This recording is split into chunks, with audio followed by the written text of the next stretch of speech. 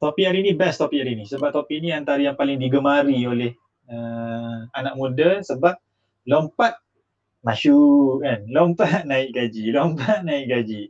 Itu antara yang paling favourite lah. Apa pun mari kita broaden your spectrum in this area or what we call as job hopping.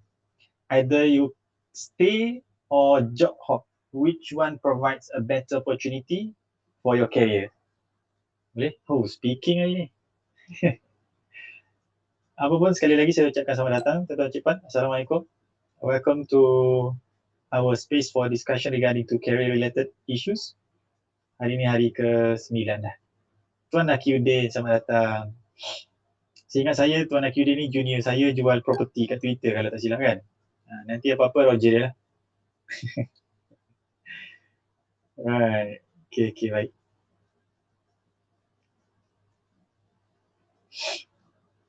Ini so Cik Puan ni pun saya tak tahu nama apa, ada gambar labah-labah je. Rwens, saya perasan juga Cik Puan Rwens ni pun bersama dengan kita since from day one tak silap. Thank you very much for your participation. Terima kasih kerana sudi hadir lah. Okay, 95 minit tuan-tuan. Hari ini simple saja sebenarnya. Kalau nak bincang ni panjang. Terlalu panjang. Namun, saya akan summary-kan untuk stay 5 point, apa bagus dia, apa kurang dia. Untuk job hopping 5 point, apa bagus dia, apa kurang dia. Dan yang terakhir adalah extra precaution lah. Benda-benda untuk pertimbangan bersama 5 point. So total 15 point lah. Saya ambil simple je. This is for your, saya sebut tadi, tak adalah saya nak hurai detail satu persatu sebab dia memang perbahasan ni takkan habis. Sebab everyone have their own experience. Sebab situasi setiap orang berbeza.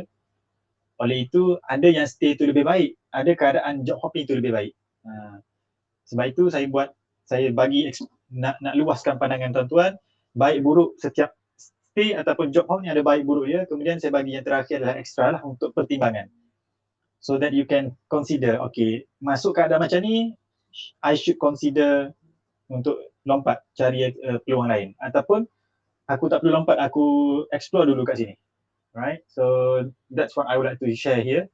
Sebab setiap orang unik case study dia, tidak ada yang sama. Lagipun industri pun berbeza.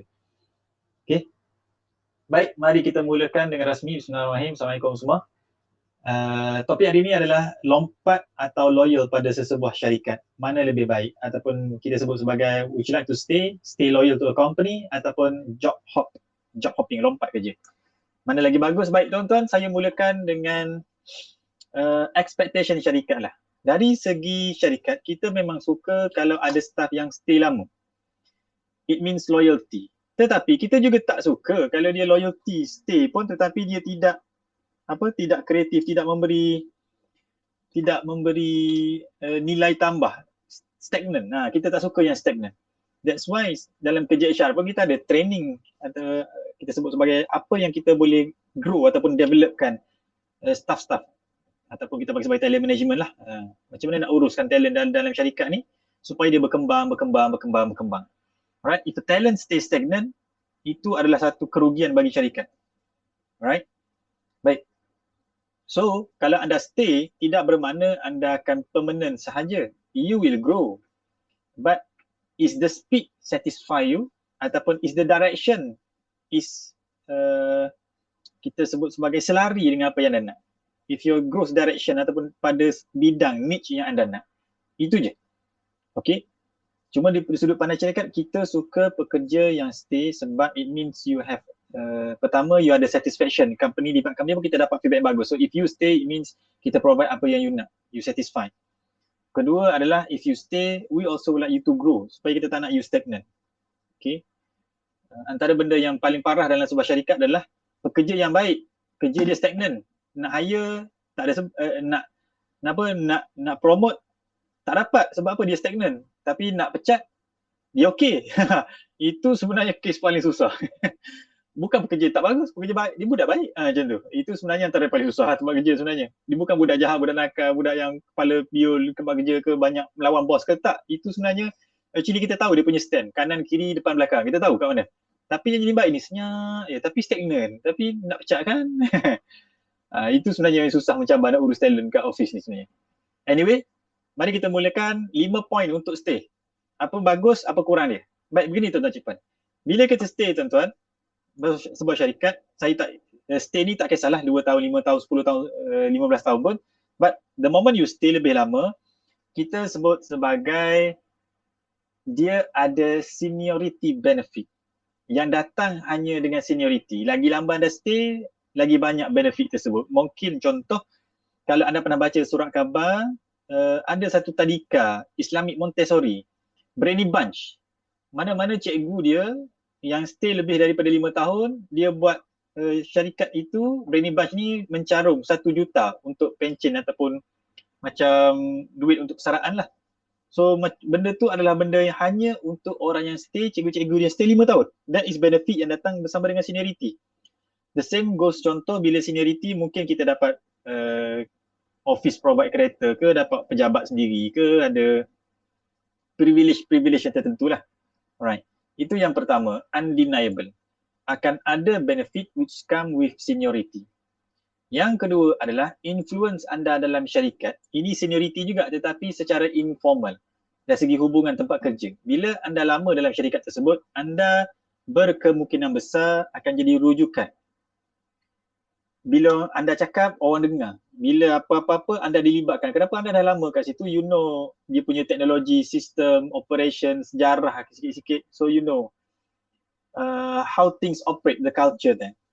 Ataupun bila berlaku vacancy leadership position ataupun position yang atas, biasanya kita akan consider internal leader dulu.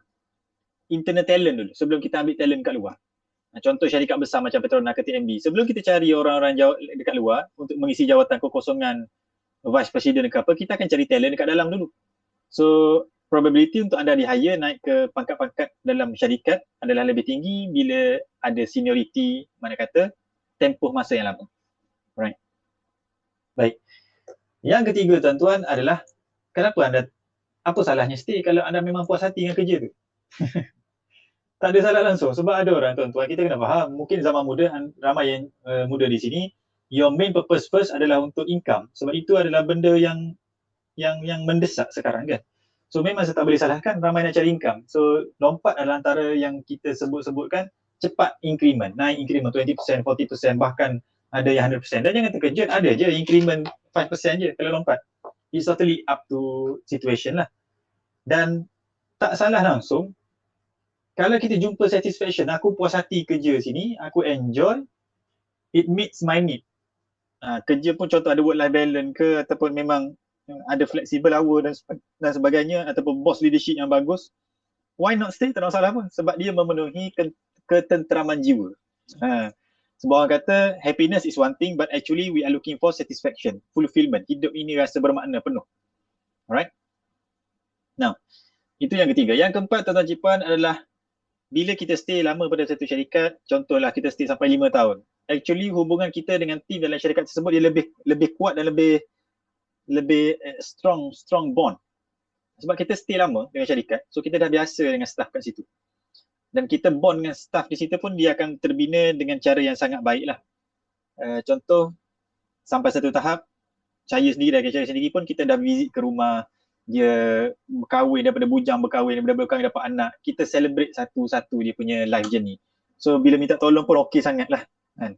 Ada apa-apa pun, bila bekerja pun kita kenal lebih personal dan sebagainya, dia lebih lancar dan sebagainya. Kalau dia emo pun kita boleh pejam mata sebelah je, kita dah biasa dah, tak ada ambil hati pun, dah kenal sangat dah. So itu comes juga dengan kalau kita stay lama, hubungan tempat kerja tu dia improve and it grows strong. Okay. Dan yang kelima tuan-tuan Cik Puan, ini saya sebut kekurangan dia lah. Stay pada syarikat yang sama, anda akan berada pada culture yang sama. You are exposed to a different culture. Contoh, kalau anda bekerja pada satu syarikat yang mengamalkan konsep pejabat tertutup, mesti contoh, hierarchy ni means something. Kalau orang lebih atas ni memang kena hormat betul-betul. Tapi anda takkan dapat exposure bekerja dekat open concept. Apa maksud open concept? Bos duduk meja depan kita je. Tak tahu siapa jadi manager eksekutif. Kenapa? Satu level je, terbuka je semua. Open concept. Ada office amalkan macam tu. So kita tak terdedah dengan culture yang pelbagai lah. Kita akan stay dengan culture tersebut. Yang kedua, jika syarikat itu tidak adapt teknologi yang baru, contoh manufacturing ke servis ke ataupun mana-mana marketing teknologi ke, kalau syarikat tak adapt dengan teknologi baru, anda pun akan start dengan teknologi baru. Dan akhirnya risiko dia adalah kalau syarikat, kalau zaman berubah macam sekarang, COVID berubah, syarikat masih tak nak berubah, and then you will sunk together with the company. Itu satu risiko dia. So if the company doesn't evolve, adapt new technology, anda sendiri pun akan maintain skill tak berkembang untuk teknologi tersebut lah. Sebab teknologi ni benda yang perlu dikira faktor dia. Company needs to adapt technology. Nak tak nak, dia sepatutnya jadi faktor yang baru. Sebab itu antara benda yang saya suka tanya je kalau recruiter approach saya akan tanya apa software dia guna, tools dia guna, apa approach terbaru dia, ada teknik baru tak, ada strategi baru tak. Kalau ada yang fresh ni saya suka. So it means the company is adapting new technology and new move. Alright.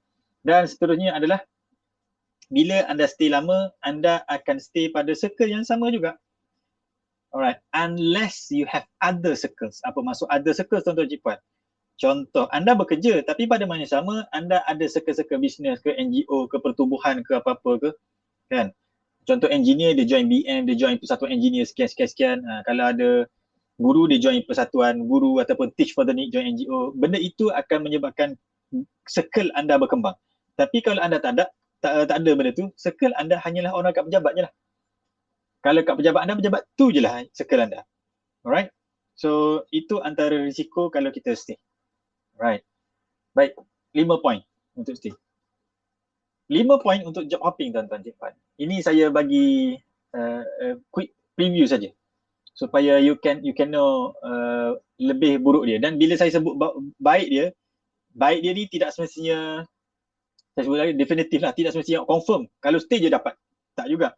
Contoh teknologi kan, kalau syarikat tu guna teknologi sama, so kita dapat teknologi baru dah. Kalau syarikat tu adapt, you dapat juga teknologi baru. Alright, but still dia depend pada company. Sama juga circle. Kalau anda stay pada company memang circle sama, tapi anda ni jenis orang kalau keluar, anda dapat circle baru juga. So actually dia bukan definitif jugalah. Alright. Baik, job hopping pula, apa bagus dia, apa kurang dia? Job hopping yang bagus, tuan-tuan, pertama, of course, new environment, fresh start. Circle yang baru, anda akan expand network anda, kenal orang baru. Alright, new skills, of course, new exposure, and of course kalau anda lompat company, kalau dia guna teknologi baru, new technology. Usually bila kita lompat company, sistem berbeza lah, culture berbeza. Being exposed to different culture, tuan-tuan, menyebabkan anda cepat matang sikit. Kan? Bila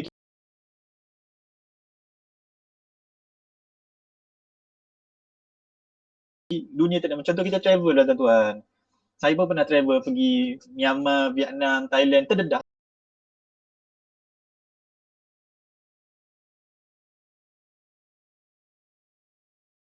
Oh macam ni culture dia, oh macam ni budaya dia, pagi-pagi Sami akan keluar ambil makanan walaupun hujan. Oh macam tu, sebab tu Sami tak bekerja, orang akan bagi, orang akan tunggu nak bagi makanan. Oh,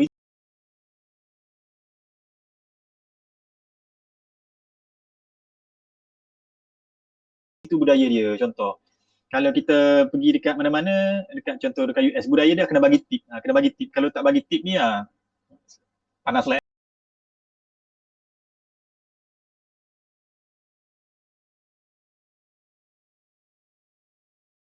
Lebih matang dari segi mental dan juga emosi actually. Alright? Sebab kita jumpa lain orang jugalah kadang-kadang. Jumpa contoh company lama lokal je, tiba-tiba company baru, ada Mak Saleh seorang, dari France seorang.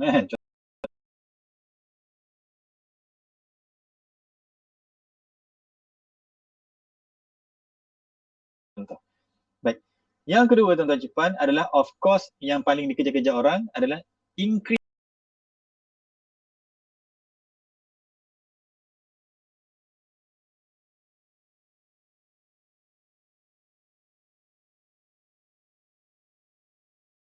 kat sini sebab gaji je. Kalau orang offer you lebih, you akan lompat. Di pihak HR ataupun recruiter kita akan faham benda tu lah. If your main purpose or motivation of job hopping is compensation, and then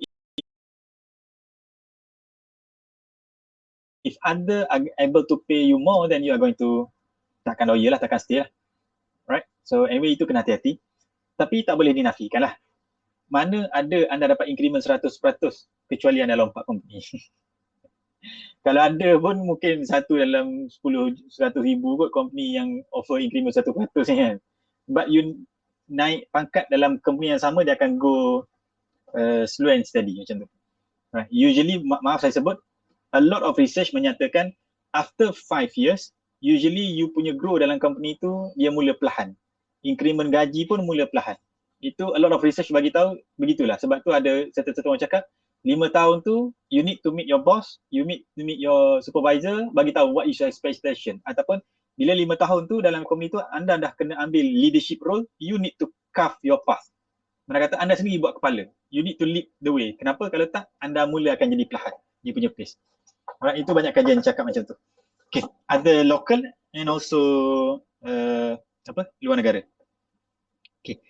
Dan juga tuan-tuan Jepun, jangan terkejut juga. Ada juga yang lompat tapi increment gaji tak ada ataupun 5% je. Itu pun ada. Jangan terkejut. Itu perkara biasa. Okay, right. Yang ketiga adalah, of course, bila kita tukar company, kita kena adapt dengan keadaan baru, semua benda baru. So, it improve your adaptability ataupun people skill. Anda kena bina hubungan baru, kena kamceng dengan SB baru, team baru, kan? Nak blend in dengan orang. So, in a good way, it improve your people skill and as well your adaptability. So, anda jadi cepat belajar dengan suasana, cepat adapt. So, itu undeniable. It's always comes with exposure lah. Right. Yang keempat, tuan-tuan Cipuan, ini mungkin keburukan dia lah, keburukan dia. Of course, keburukan dia adalah anda tak dapat benefit yang comes dengan seniority tadilah. Macam saya cakap, kalau stay lama, ada benefit untuk orang senior. Tapi bila kita asyik lompat je, maka tak adalah seniority tersebut. Alright, benefit seniority tu. Dan yang kelima, yang terakhir tuan-tuan, ini yang perlu berhati-hati. Kalau kita terlalu kerap lompat, contoh 2 tahun lompat, setahun lompat, 3 tahun lompat, 4 tahun lompat, memang market kita akan jadi tinggi. Kita punya compensation tu akan tinggi, risau pada satu tahap tuan-tuan, kita jadi overpriced dalam market. Dengan experience kita, dengan skill kita, we are overpriced in the market. Tetapi kita tak mampu deliver value yang betul-betul, yang value yang kita tak sempat develop skill yang betul-betul matang ataupun tak sempat jadi expert dalam niche tersebut. Kita bagus dalam bidang tersebut tapi tak jadi niche SME, subject matter expert lagi. Tapi harga kita ataupun gaji kita dah overpriced dah. Dia akan jadi, kita akan hit the ceilings, hit the ceiling lah, bukan shilling, hit the ceiling. Kita akan bertemu satu tahap tinggi sangat ni tapi tak sekata, tak selari dengan skill yang kita mampu offer ataupun value yang kita mampu offer. Sebab kita lompat increment laju sangat, kita akan jadi overpriced in the market. Itu juga risiko dia, sebab itu kena pandai balance. Okay. So, itu secara ringkas tuan-tuan, saya bagi tahu overview sedikit untuk job hopping. Alright, done. So 5 point untuk stay, bad and good and bad, and then hopping good and bad. Right, dua-dua memang ada benefit tuan-tuan, dua-dua memang ada kelebihan dia, tak boleh dinafikan. Sebab itu saya sebut ini bukan definitif ataupun ini mesti lompat, mesti stay, tak. Zaman sekarang lagi-lagi lah tuan. Cuma saya bagi tahulah zaman 2021 kalau anda lompat banyak pun tuan-tuan, sebenarnya dia tak jadi isu sebab kita faham. Kan company downsize, kerja sini 3 bulan dah downsize, kena buang contoh. Dan kerja sini 6 bulan, kenapa kontrak tak dapat permanent, habis settle contoh. Ni pula berapa 8 bulan, kenapa protege contoh. So untuk tahun 2021 dengan 2020 ni sebenarnya kalau ada beberapa pertukaran, 2 pertukaran, 3 pertukaran, sebenarnya kita boleh expect benda tu sebab zaman susah. Okay, tapi kalau zaman-zaman yang tak susah, kalau dalam 2 tahun tu berlaku 2 pertukaran pun kita dah jadi red flag dah. Apa maksud red flag? Kita lebih berhati-hati. Okay. Dan bagi recruiter, kalau nampak lompat-lompat ni kita akan jadi careful, very careful. Kita akan lebih teliti sikit. Right. Bahasa kasar dia jadi skeptical sikit lah. Alright. Baik, sebab macam saya sebutlah, untuk hire seseorang talent, dia menelan kos yang tinggi. It's very costly for us to find a talent and recruit talent tersebut. Kosnya dari segi duit, masa, tenaga dan sebagainya. Okay. Sebab itu kita expect anda kalau boleh, bila hire anda tu, kalau recruiter lah, balik ROI lah paling kurang, balik modal lah paling kurang kan. Barulah anda melompat ke tempat lain. Okay, selesai. So daripada saya tuan-tuan Cipuan, saya sangat alu-alukan lepas ni kalau ada nak kongsi pengalaman yang lompat company. Saya peribadi, saya punya track record, saya bekerja sebagai freelance. Banyak lamanya, separuh daripada kerjaya saya bekerja sebagai freelance. Dan almost another half adalah pada syarikat semasa ni yang saya kerja dah hampir 4 tahun. So ini yang paling lama saya stay lah. Alright, previously saya memang freelance. Apa maksud freelance? Saya attach dengan banyak syarikat, 2, 3, 4 syarikat saya attach. Okay, alright. So if anyone would like to share, boleh request sekarang, ataupun kalau ada apa-apa nak tanya, boleh mention ataupun PM pada Twitter sahaja. Okay, saya masuk pada 5 poin yang terakhir, iaitu tambahan-tambahan extra for you to consider. Okay, baik. Pertama, extra yang pertama tuan-tuan adalah, kalau berdasarkan pengamatan saya, what I observe, this is for graduate, khas untuk graduate. Kalau anda, saya faham graduate ni nak lompat sebab gaji dan sebagainya, maka tuan-tuan usually kalau nak nampak okey sikit lah, kita stay untuk 2 tahun and then kita lompat. Tempoh 2 tahun tersebut, mungkin ada orang kata 3 tahun, mungkin ada orang kata setahun setengah je, but for me, 2 years is good for you untuk lompat next. Okay, tapi sampai umur contoh 40 tahun ataupun dah umur 30 dah, kalau masih lagi lompat 2 tahun lompat tu, bahaya juga tu. Alright. Tapi ini sebab tu saya sebut ini untuk graduan. Okay, dah sampai certain age, actually better for you to stay lama sikit, contoh 5 tahun, 4 tahun baru lompat balik. Alright. Okay, anyway, ini memang tidak definitif, ini tidak boleh jadi penentu lah. It's just that saya nak sebut apa ni, ini adalah general guideline. Kalau blur sangat, tak tahu, okay, stay lah 2 tahun and then consider lah nak pergi tempat lain. Right. Yang kedua adalah tuan-tuan cik puan, hati-hati, disebabkan memang kita tahu gaji tinggi ni menyebabkan orang tertarik. Macam semalam kita bincang pasal scam kan, scammer akan offer gaji tinggi, maka orang datang. Demikian juga dengan syarikat yang dia tahu dia ada toxic environment, yang dia tahu dia tak mampu menawarkan work life balance, dia akan push betul-betul staff dia sampai stres ke apa, ataupun kita bahasa kasar dia environment yang tak sihat, dia akan tarik talent dengan high salary. Hati-hati, ini berlaku sebab saya pun dapat feedback banyak bila saya up 15 syarikat yang menawarkan career growth yang bagus, dibuat research oleh LinkedIn untuk tahun 2021. Ada 2-3 company tu saya tahu dia memang perah dia punya pekerja, level tidur dalam kereta kan, hujung bulan seminggu terakhir tu memang tidur habis. Saya tahu benda tu. Tak kisahlah kau ni mana dalam bidang kewangan lah. So ramai yang cakap macam tu, tapi pay dia bagus lah. Ini contoh dia tuan-tuan. Memang ada pun, jangan terkejut. Right?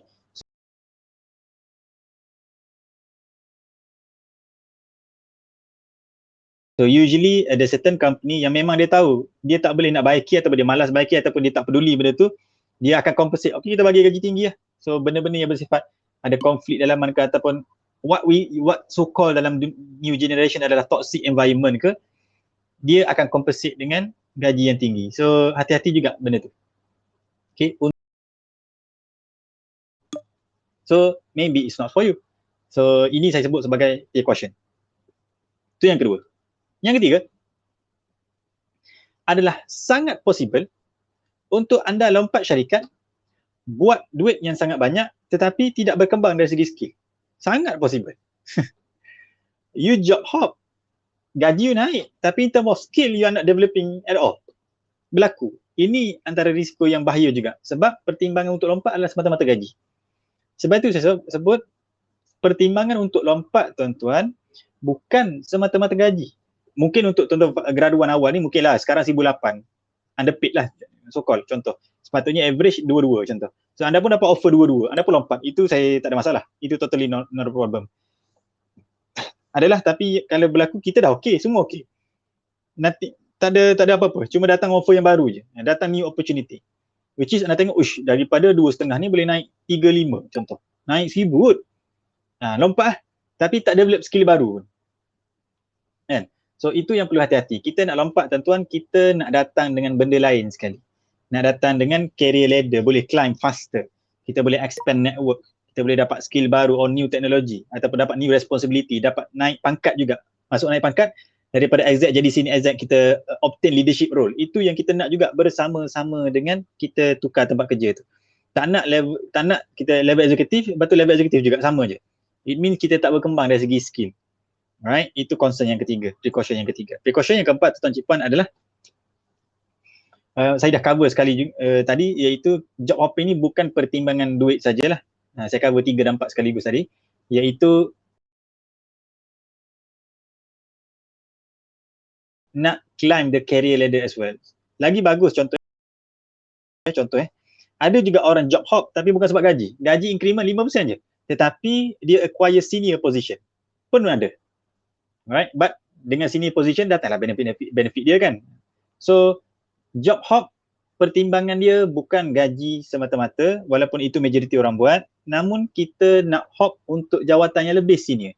It means company sekarang position GM ni tak nak berhentilah contoh kan. GM ni dah stay lama tak ada peluang lah kan. Dah 5 tahun aku stay ni, aku nak earn leadership position contoh. Nak progress dalam career ataupun corporate ladder.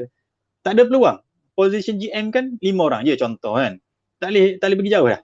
So, dengan lompat company menyebabkan kita boleh jadi position GM walaupun gaji tak berubah banyak sangat pun. Itu juga antara perkara yang kita boleh pertimbangkan. Sebab saya sebut tadi, banyak faktor lain yang boleh kita jadikan faktor untuk lompat. Bukan gaji semata-mata. Right. Cuma di kalangan graduan gajilah benda paling utama. Right. Dan yang terakhir daripada saya, poin kelima untuk precaution tuan-tuan cik puan. Kalau anda rasa gaji tak kena, gaji slow lah naik ni, setahun tak ada,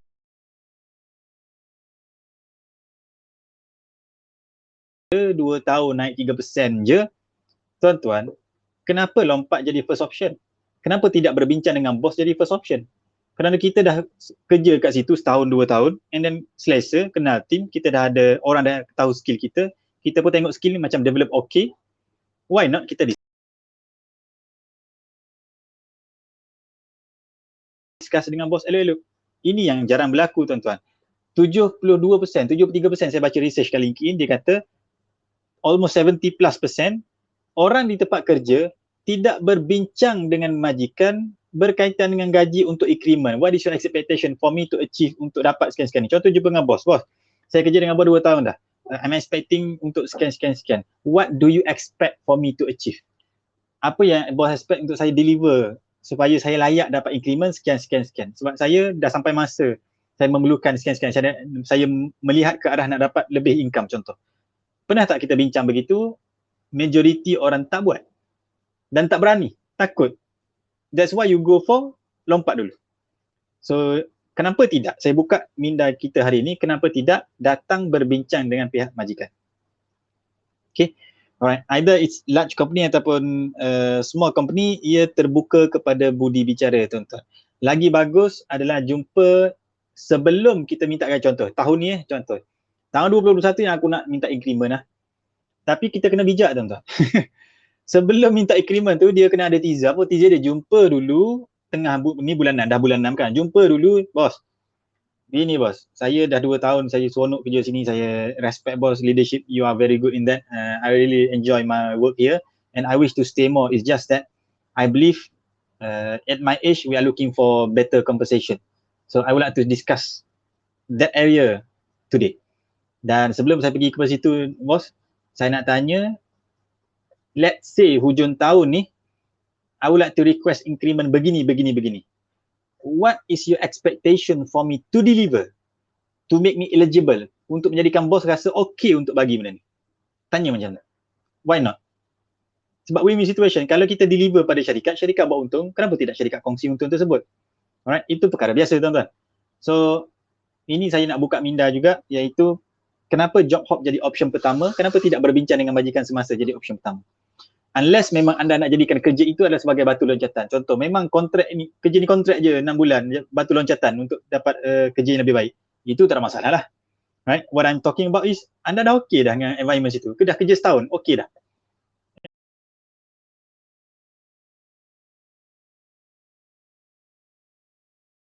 And you are looking for, contoh kerja setahun. Dah permanent apa. Tapi tak ada increment contoh tahun ni. Okay, untuk second year ni aku nak increment contoh.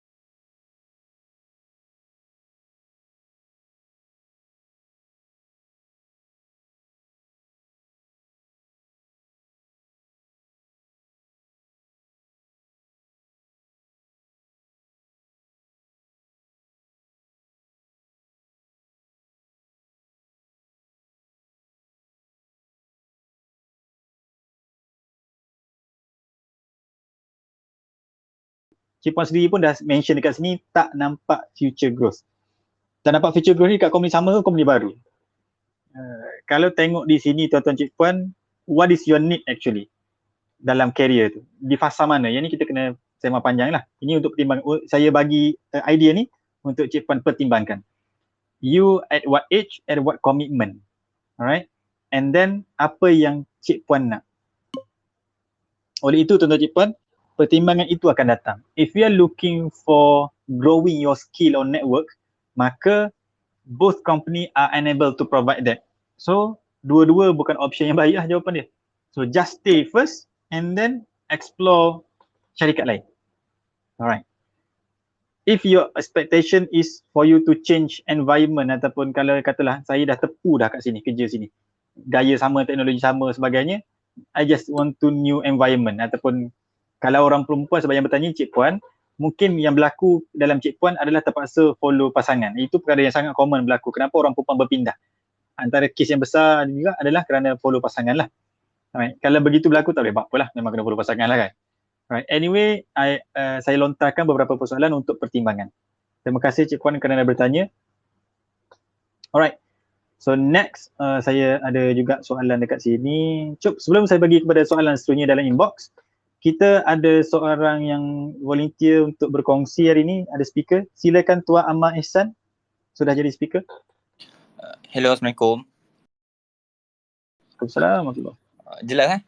Jelas suara. Okay, so saya kenalkan diri sikit. Saya Ahmad Ihsan, berumur 22 tahun.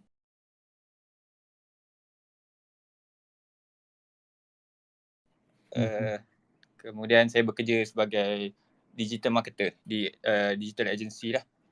Okay. Okay, so saya tertarik dengan perkongsian Tuan Nick tadi berkenaan good and bad loyal, sebab tu apa yang saya rasa sekarang. Selepas okay, untuk makluman, saya dah hari ni betul-betul setahun saya dekat digital agency. Sebab apa saya cakap macam tu? Sebab saya ada beberapa kali dapat offer dari kompetitor dan klien. Okay, so sebab saya rasa benda tu menarik adalah sebab bila usia muda, saya banyak macam dimomokkan untuk orang muda ni akan ramainya job hopping. So tapi satu lagi sudut pandang yang menarik juga bila tentang lompat, bila dekat topik yang lompat tu, dekat bad things tu yang boleh berlaku. So benda-benda tu saya tak terlalu berfikir. So bila saya dapat offer tu, saya Hello Tuan. Tuan Ahmad kita hilang.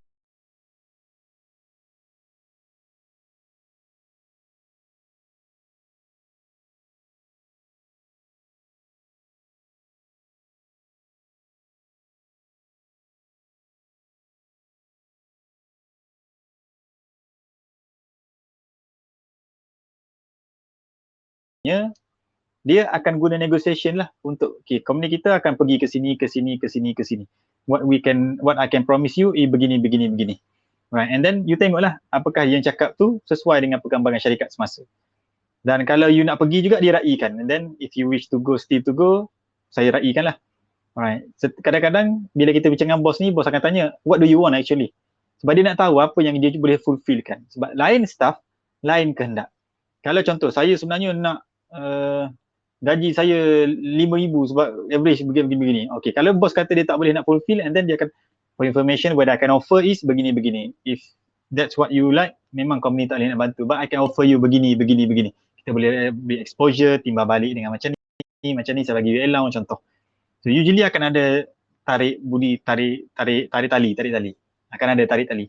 Itu perkara biasa, dan in the end, sharing with your boss actually adalah benda yang sihat untuk dibuat. Alright. Kalau bos contoh anda share, tiba-tiba dia macam pulau anda. Itu benda yang tak sihat sebenarnya. Alright. Bila kita sebut nak berhenti, itu kena pulau dan kena macam jadi awkward je. Sebenarnya it's not healthy. Alright. Thank you Tuan Ahmad. Saya rujuk dulu dalam pertanyaan dalam inbox. Banyak pertanyaan dalam inbox rupanya. Ramai nak bertanya berbanding dengan share. Tak ada masalah lah. Okay. Seterusnya soalan. kalau kita dah jam dengan gaji better, tapi turn out memang gaji je better. Ada things macam work culture, workload, job scope, tempat lama yang lagi baik. Dan rasa tak best dah kerja tempat baru. Apa patut buat? Baru 4 bulan tempat baru. Alright. So in this one, what happened, tuan kita seorang yang berkongsi, dia lompat memang sebab gaji lah, gaji better. Dan memang gaji better, tetapi dari segi work culture, workload, job scope, jauh lagi baik tempat yang lama. So saya kira ini juga saya sebut tadi, ramai yang mempertimbangkan untuk job ni hanya gaji saja. Tak sempat ataupun tak terdedah untuk kaji juga benda lain. Sebab bekerja ni kan, ya, bukan gaji je, kerja ni kan kita kepuasan mental, emosi dan sebagainya. So apa pendapat dah lompat dah? Baru 4 bulan. Okay, kalau tanya saya begini tuan, saya akan cakap this is your opportunity untuk develop your toughness, mental resilient atau self resilient. Macam mana nak asah adaptability kalau tempat macam tu. So take it as a challenge first. Selagi mana dia tak mengganggu sampai terlampau stres ataupun sampai ganggu makan rutin, hilang berat badan ke ataupun jadi murung ke, kalau selagi mana tak yang tu, take it as challenges dan cuba adapt. Sebab bila nak adapt ni, tuan terpaksa baca buku, tengok video, jumpa orang, dapatkan bantuan, tanya-tanya. So in other way, you are going to grow as well. Sebab baru 4 bulan. So that would be my advice lah. My first option kalau dalam keadaan tuan, saya akan tanpa tahu apa yang berlaku, tanpa tahu macam mana work culture sebagainya, saya akan advise dulu untuk stay sebab baru 4 bulan. If let's say go lah untuk setahun. If not, tak tahan juga, and then make a move lah. Alright. Terima kasih tuan yang bertanya. Okay. Maaf banyaknya, sekejap saya tengok ada mention ke tak, ada request ke tak. Okay, saya belum ada request setakat ni, tapi banyak yang tanya soalan. Okay, I go fast kepada soalan dalam inbox saya, bersepah dah ni. Okay. Bismillah. Pandangan. Fresh grad dan bekerja bukan bidang dipelajari dan selesa dengan current job scope, but still in doubt whether nak stay at least 2 tahun di current position or nak try harder cari kerja in my field sebelum terlambat. Thank you in advance. Okay. Kisah dia fresh grad, dia kerja bukan bidang. So sekarang ni, walaupun kerja bukan bidang, dan seronok. Apakah nak stay 2 tahun ataupun cari bidang baru? Okay. And then it comes to a decision yang Cik Puan nak bekerja bidang sekarang ataupun nak kerja bidang yang belajar. Sebab bidang sekarang ni, initially dia adalah sementara sahaja. Alright. So antara pertimbangan yang perlu dibuat adalah pertama, bidang sekarang ni paling jauh boleh pergi ke mana? Do you need certification? Do you need formal education? Apa yang diperlukan untuk grow? Sebab kita sembang 5-10 tahun akan datang. Katakanlah Cik Puan belajar bidang A, sekarang ni bidang B, kerja bidang B. So sonoklah bidang B, maka terus bidang B. Tapi sampai satu masa bidang B ni dia cecah bumbung dah. Tak boleh pergi lebih jauh. Kenapa? Tak ada formal education ataupun tak ada certification. Jadi kena ambil. Itu perlu dipertimbangkan. How far can you grow in this area sampai jumpa halangan-halangan, ada requirement tertentu. Okay, sebab Cik Puan dah belajar untuk bidang A tadi. Alright, for me, I would like to request ataupun untuk suggest untuk Cik Puan study dulu berapa jauh boleh pergi dan apa requirement untuk pergi. Bahasa mudah, tengok orang paling perform kat syarikat tu, bidang tu, tang mana dia boleh pergi.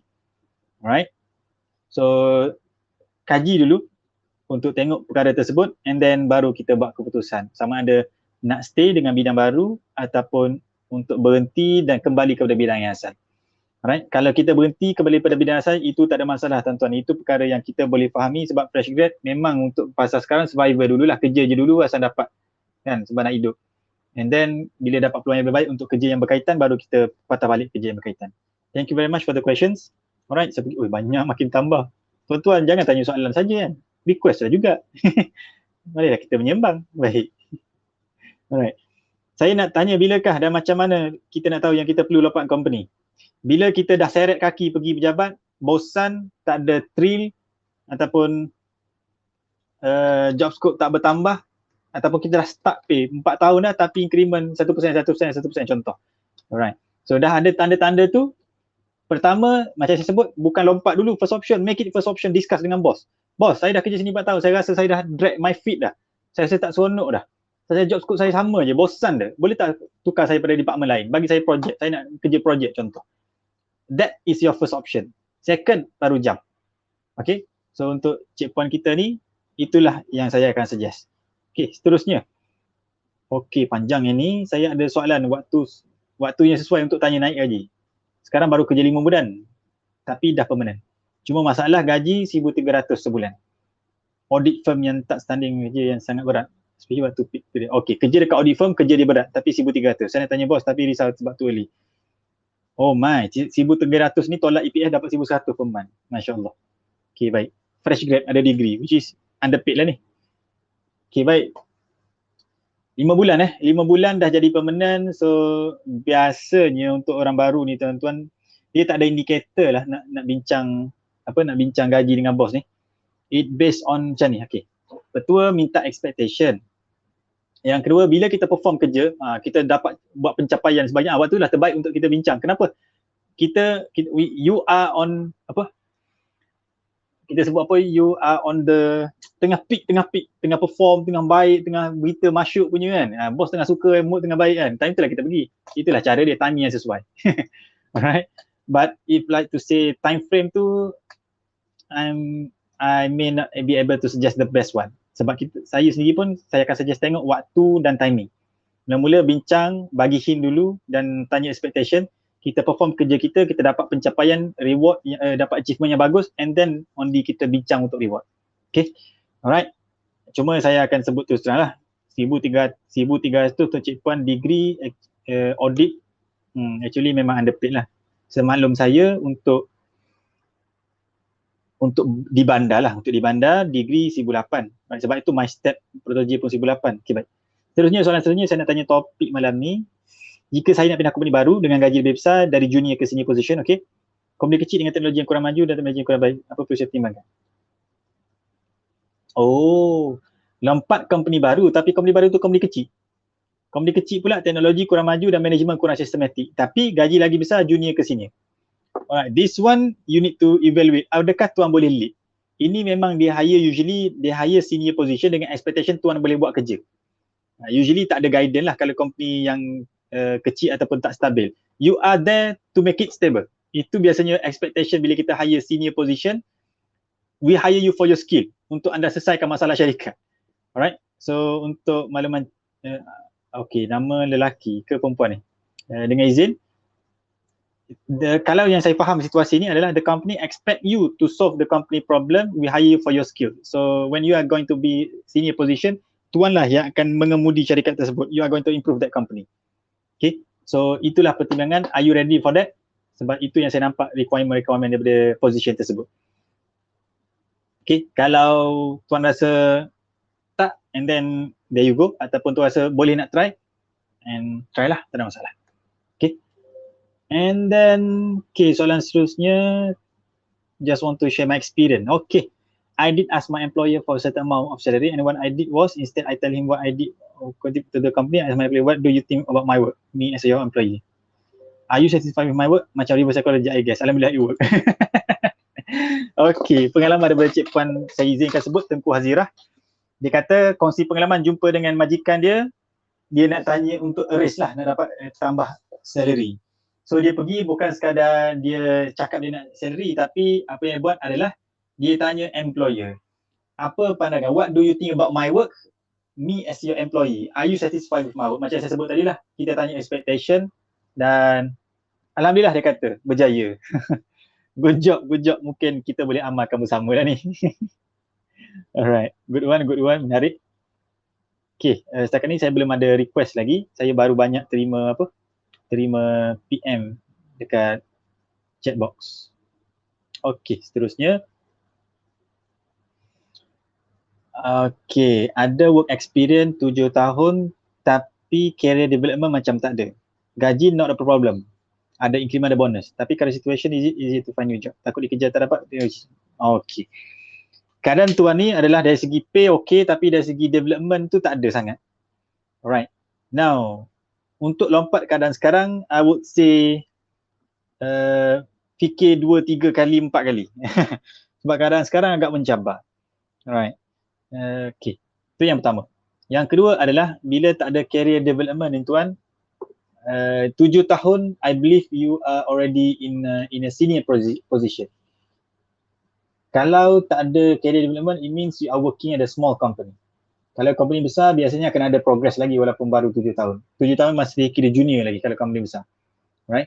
So, I would suggest for you sama ada ambil leadership position ataupun pergi kepada company besar yang ada wider range of operation. It means anda boleh operate dengan lagi baik lah.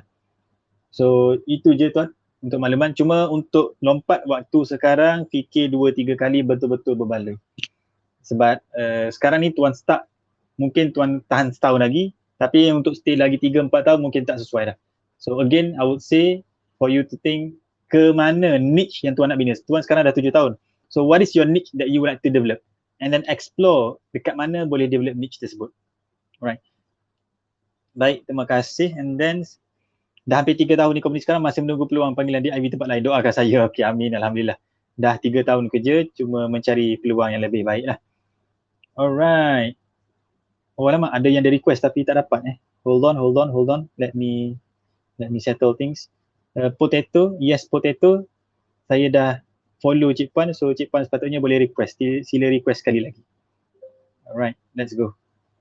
Okay, dah dapat. Let's go. Hold on. Requesting. Add a speaker. Okay, berjaya. Silakan Cik Puan.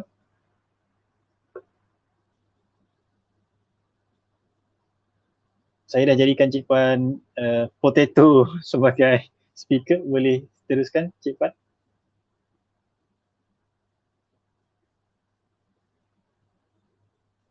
Ada di sana. Okay, baru dengar. Cun. Okay, umur saya baru 24 tahun. Saya sebelum ni pernah bekerja dekat satu syarikat pembengkelan tau. Dia buat art. And saya juga adalah seorang bekas student art. And lepas saya kerja around 6 months macam tu, saya berhenti. Sebab saya nak kerja lain lah. Sebab syarikat lama tu tak bagi apa-apa benefit untuk saya. Walaupun itu bidang saya sendiri. And bila saya masuk kerja baru, saya tak ada basic apa-apa. Saya tak ada basic engineering ke apa, saya tak ada. Tapi dia jadi macam tak bestnya situation tu bila mana saya rasa dekat tempat kerja baru tu sangat toksik. Walaupun financial dekat syarikat baru tu lagi memberangsangkan lah nak dibandingkan dengan yang lama. So saya nak tanya pendapat Cik Nick, apa perkara yang boleh Cik Nick bagi untuk untuk yang muda macam saya, kiranya untuk kerja cari dah kerja yang ni kan, either tak okay kena cari yang lain ke ataupun just stay dulu for a year macam tu. Berapa lama dah kat company baru? Around 2 months macam tu lah. 2 months, okay. Define keadaan yang toxic tu, boleh kongsi sedikit sebanyak? Sebab kan saya tak ada basic yang tempat kerja baru kan. So bila saya bekerja, saya ada degree, saya gunakan degree saya lah bekerja kat situ. Tapi bila bekerja dengan orang lama tu dia macam, oh you kan ada degree, so you boleh je lah belajar sendiri, instead of dia untuk memberitahu dia punya skop-skop kerja macam tu. Faham tak maksud saya? Faham. Macam tu. Cuma degree Cik Puan ni bukan berkaitan dengan bidang sekarang lah. Bukan. Sangat jauh. Understood. Okay, baik. Ada 2 area sini saya nampak dengan izin. Ada 2 area. Area yang pertama adalah area Cik Puan yang perlu diperbaiki. Area kedua adalah area syarikat yang that you consider as toxic. Okay, begini. Untuk makluman tuan-tuan Cik Puan, perangai begini adalah perangai biasa di tempat kerja. Sangat biasa. Mungkin pindah syarikat tapi perangai ni ada. Orang, nama je berbeza. Right. Okay. So that is number 1. Yang kedua adalah disebabkan Cik Puan masih lagi baru, and I believe itu perkara yang sangat biasa. So I would like to suggest for you to take it as a challenge dan hadap je orang macam ni. Saya tahu untuk maklumat saya pernah kena maki waktu kerja because I'm still new in this industry training lah. Nah, industry training pula, saya pula sebelum ni kerja freelance. Bila kerja dengan company, dia macam lebih berstruktur, kena ada prosedur SOP yang lebih teratur. So I actually tak follow SOP lah, which kena maki lah. Macam biasa. Waktu tu umur saya bukan muda dah 27-28 dah, kena maki lagi kan. So actually I think that's the things yang okay, tak apa. Aku dengar dulu. Alright. So sebab kita be objektif lah. Apa yang dia cakap? Dia cakap benda baik. Okay. Tapi dia maki-maki tu kita letak tepi. And then dari segi attitude pekerja yang bagus adalah being proactive. Yang ini saya tak tahu konteks yang tepat, but I will just say this. Being proactive, it means you are able to self-learn, self-paced learning. Sama ada kita usahakan sendiri, tanya orang. Orang tu nak maki, orang tu nak peli-peli, tak kisah, but kita make sure kita dapat belajar. So 2 months is something that you can still explore and develop that kind of skills, iaitu skill untuk belajar sendiri. Being resourceful, proactive. So langgar je dulu, tak ada masalah. Cik Puan, saya kira 24 ni umur yang muda, kalau orang maki pun kita tak ada nak rasa malu sangat. Macam saya dah umur 32 tuan-tuan. Kalau kena maki bodoh tempat kerja, kita rasa malu. Dah 9 tahun dalam industri kata bodoh tu kau buat ini, tak tahu belanja sendiri lah macam tu. Saya rasa malu lah. Tapi pada fasa tuan-tuan Cik Puan is still okay, dan masih itulah waktu untuk kita buat mistake ke, tebal muka tanya ke. Atau mereka kata, ya ada degree. Ya tuan, saya ada degree, tapi saya nak belajar. Tuan kan pakar. Kita kena bodek lah, ayat-ayat bodek macam tu. So that would be my early suggestion, sebab Cik Puan masih lagi pada umur yang willing, dan perangai itu memang perangai biasa. Saya sebut terus terang, perangai biasa. Right. I would say that is my suggestion lah. I'm not sure is it okay with you, but for your consideration, Cik Puan. Boleh ya? Alright, thank you. Sure, all the best Cik Puan. I'm not sure yang nama apa, tapi potato kat sini. Thank you. Okay tu, sama-sama. Okay, kita terima seorang lagi speaker yang terakhir. Saya kira kita dah pukul 10. Tuan Dan, silakan Tuan Dan. Mr. Dan. Oh, okay. Hello Nick. Hello, sekali lagi. Okay, I'll try to make it short lah. Actually, I nak cerita my experience lah. Of course. Okay, before this, I dah pernah kerja a few company, and there was this one time bila I masuk satu company ni, I stay kat sana for 1 week je. I dah rasa vibe dia, this is not it. Contoh, I'm not going to stay long. Tapi, what have I done ataupun apa yang I dah buat, I stay kat sana at least for 1 year. Sebab I rasa it's not good for your CV lah untuk you jump around too many times, especially if you are a fresh graduate. Okay, nanti you akan ada difficulty untuk explain to the interviewer nanti macam mana. Yes, especially bila you nak kena justify kenapa you nak jump around and everything. It would be very difficult lah kalau you jump around too much, especially in the early phase of your career. So a few tips apa yang I buat untuk I stay at least for 1 year. I try to find another things that I'm looking forward to, ataupun something yang I buat out of work. Macam contoh, on the weekend I join volunteer, something yang boleh apa orang cakap, boleh alihkan I punya attention only on work. Maksudnya if I tak suka, only on weekdays. Maksudnya on the weekend I buat something yang I suka. So benda tu boleh bagi I tahan for 1 year before I jump to another job. Good move. Yeah. Okay. So that's what I did lah. And then the second thing I buat, make sure you be very proactive lah, macam Nick cakap tadi. You kena macam try to mix around, get to know people. Memanglah dalam satu company you cannot expect everyone is likable. Faham tak? You cannot expect that everyone macam ada same vibe as you. There are always people who are going to bring you down regardless. So try to find the good in bad lah, I would say. Two a few things lah I punya ni story. Terima kasih Tuan. Saya suka apa yang Tuan sebut tadi. Saya ada sebut juga tadi, iaitu kalau contoh dekat office tu dah stuck sangat, circle network, kita cuba bina network kita sendiri, join NGO ataupun aktiviti circle sebagainya. So that is what you did, Tuan Dan buat, iaitu kalau dah keadaan tu macam contoh kita ni people punya style kan, suka nyembang, tapi kat office tu semua muka stern, tak nak nyembang, senyap je kan, kita stress lah. So apa yang kita boleh buat adalah weekend kita pergi join NGO, cari kawan-kawan dan sebagainya. Sebab itu orang buat weekend tu apa? Pergi kelas, mengaji, tanam tomato kat rumah, belajar resipi baru kan. All those actually benda yang membantu kita untuk survive tempat kerja juga sebenarnya. Good one, terima kasih Tuan Dan mengingatkan, sebab bukan satu je, bukan Tuan Dan je buat macam ni. Actually a lot of my friends buat macam ni juga. Kenapa kau belajar masak? Aku stres lah buat kerja. Kenapa kau tanam pokok ni? Kau duduk kat kondo kot, asal tanam pokok saja. Nak cari hobi baru, tempat kerja tepu sangat. Benda tu sebenarnya sangat biasa juga. Alright, thank you very much Mr. Dan for your sharing. Baik, yang terakhir kita anukan Cik Puan Min. Let's make it quick. Boleh Cik Puan Min kita ambil answer. Boleh. Saya pun masa dah suntuk. Saya just nak menambah tadi kepada apa yang Cik Akmal cakap kepada Cik Potato tadi tu berkenaan dengan challenges di tempat kerja.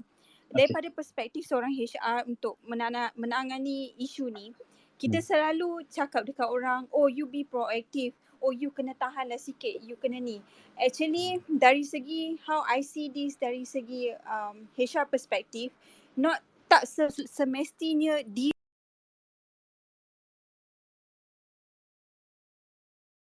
kena tahan, dia kena hadap dan dia kena be proactive untuk cari solution. The best thing to do sekarang bila dia berdepan dengan colleague yang tidak memberikan kerjasama untuk dia menjalankan tugas dia, especially bila company sedar dia di-hire bukan daripada bidang dia. Mungkin dia ada certain skill yang dia orang rasa useful for that kind of job, tapi dia tak ada certain knowledge and lack of skills. So satu dan dalam cerita ni Miss Potato tu masih muda lagi lah. So ialah tanggungjawab pihak majikan untuk exposekan dia kepada skill yang diperlukan untuk membolehkan dia buat kerja dia. And apa-apa pun dia kena berbalik kepada dia punya direct reporting manager sekiranya dia ada colleague yang tidak memberikan kerjasama. Go back to your supervisor, your direct reporting manager, bagi tahu I try to learn benda ni but I'm not getting cooperation from my colleague. They refuse to show me how. They keep on saying I degree, I pandailah buat sendiri. Sedangkan this is the thing yang I rasa I bukan nak diorang sit down and tunjuk from A to Z. If they can show me how it's be done from here and there, I think I boleh pick up the rest. But I need to know how it is done. Tunjukkan dulu before I can operate on my own. So itu satu solution yang pertama. Get back to your line manager. Kedua, it doesn't mean you have to put up all of these things just because you are young. You are just because in the name of learning, tahan saja orang cakap, because that is indeed toxic. That is not an acceptable behaviour.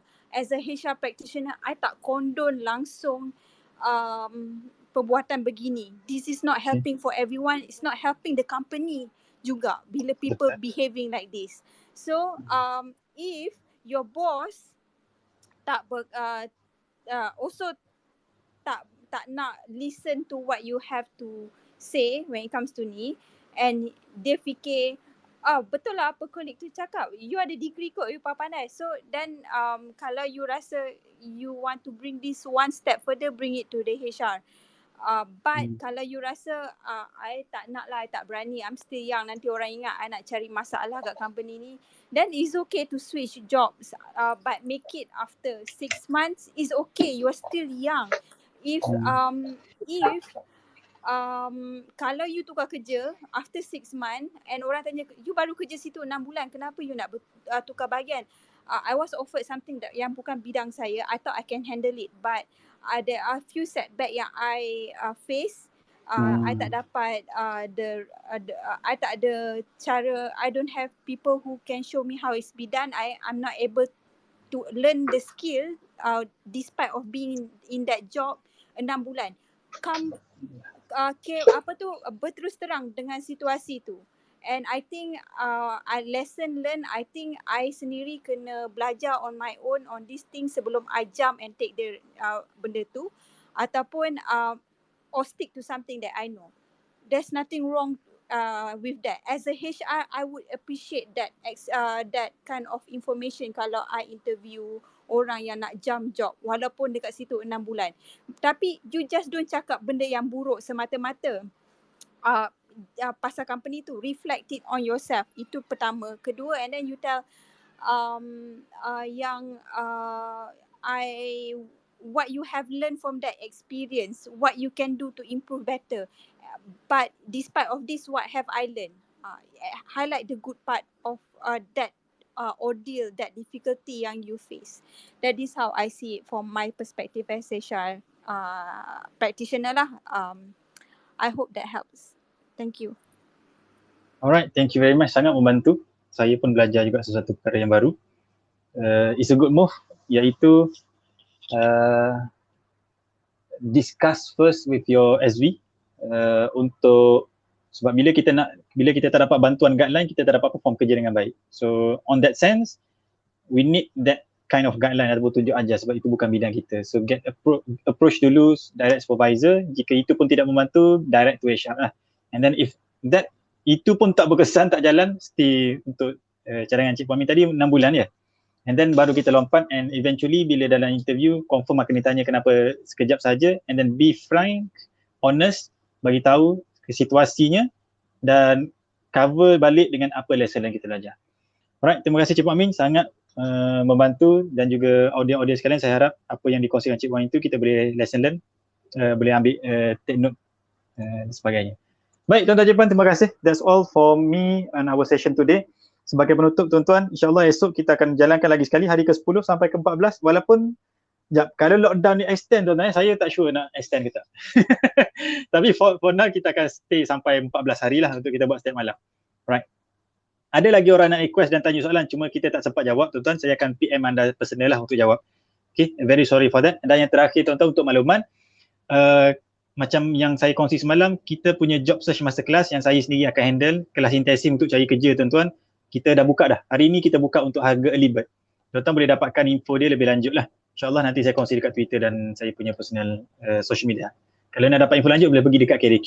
Anyway, again, nak join group Telegram discuss ilmu-ilmu ke apa, join dekat saya punya profile. Okay, KDQ community, itu saja. So that's all from me tuan-tuan Cik Puan. All the best, terima kasih untuk mendengar. Hopefully discussion malam ni boleh broaden your spectrum, boleh luaskan pandangan. Ada case study yang dikongsikan, ada pengalaman dikongsikan, even Cik Min sentiasa join untuk kongsi sudut pandang sebagai HR practitioner, which is very insightful. So hopefully dia memberi pendedahan yang baik untuk tuan-tuan Cik Puan maju dengan sangat baik di tempat kerja. Wallahu alam. Thank you very much everyone. Stay safe, ambil vaksin. Assalamualaikum. Waalaikumsalam. Terima kasih semua. Thank you.